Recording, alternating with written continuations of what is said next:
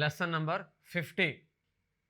इसके अंदर हम प्रॉपर्टीज ऑफ कॉम्प्लेक्स नंबर को डिस्कस करेंगे, यानी कि लॉज ऑफ कॉम्प्लेक्स नंबर्स। पहला जो लॉ है हमारे पास, reflexive law of complex number. For all Z1 belongs to set of complex numbers, Z1 is equal to Z2। Her complex number अपने आप के इक्वल होता है। एग्जाम्पल है जैसे 3 + 4 आयोटा इक्वल होगा 3 + 4 आयोटा के। हर कॉम्प्लेक्स नंबर अपने आप के इक्वल होता है। तो यहां से 3 = 3, 4 = 4। रियल पार्ट को रियल से कंपेयर किया और इमेजिनरी पार्ट को इमेजिनरी से कंपेयर कर दिया। दूसरा जो लॉ है, symmetric law of complex number. Symmetric law of complex number में इस तरह से है, for all Z1 Z2 belongs to set of complex numbers implies Z1, इसके अंदर हम इस तरह करेंगे,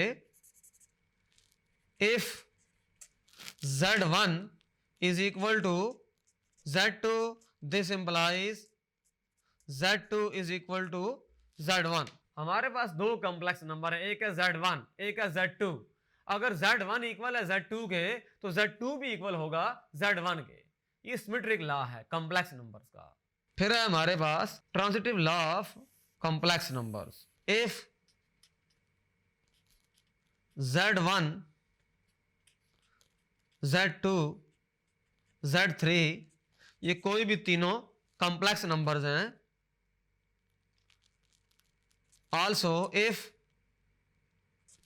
Z1 इक्वल हो जाए Z2 के और Z2 इक्वल हो जाए Z3 के, तो यहां से हम कह सकते हैं कि Z1 मस्ट इक्वल होगा Z3। अगर हमारे पास तीन कॉम्प्लेक्स नंबर हैं Z1 Z2 Z3, अगर Z1 इक्वल है Z2 के, Z2 इक्वल है Z3 के, तो यहां से हम कंक्लूड कर सकते हैं कि Z1 इक्वल होगा Z3 के।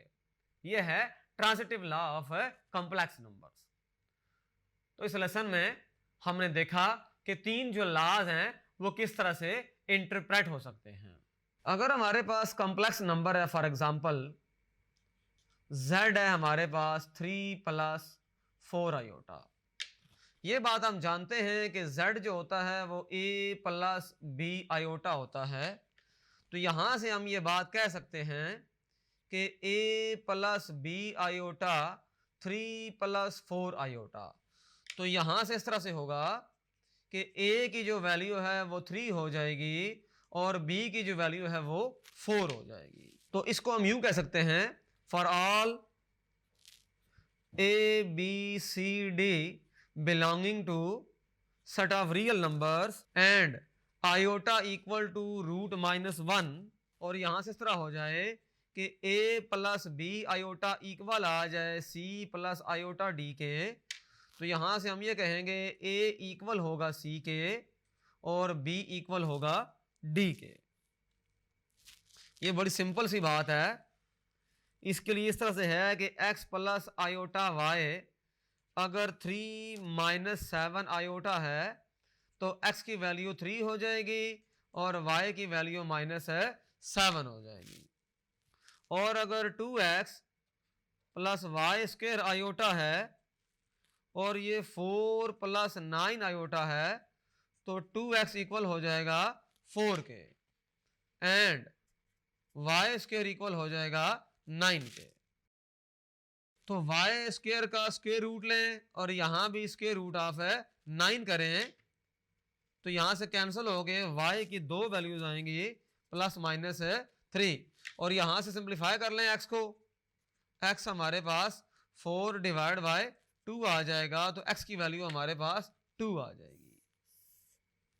इस तरह से हम सिंप्लीफाई भी कर सकते हैं। तो इस लेसन में हमने एक तो लॉज को डिस्कस किया फिर हमने देखा कि हम सिंप्लीफिकेशन कैसे करेंगे अगर हमें कॉम्प्लेक्स नंबर्स गिवन है। रियल पार्ट और इमेजिनरी पार्ट ये दो ही होते हैं इसके अंदर, इनको हमने सिंप्लीफिकेशन के बाद माइंड में रखना होता है।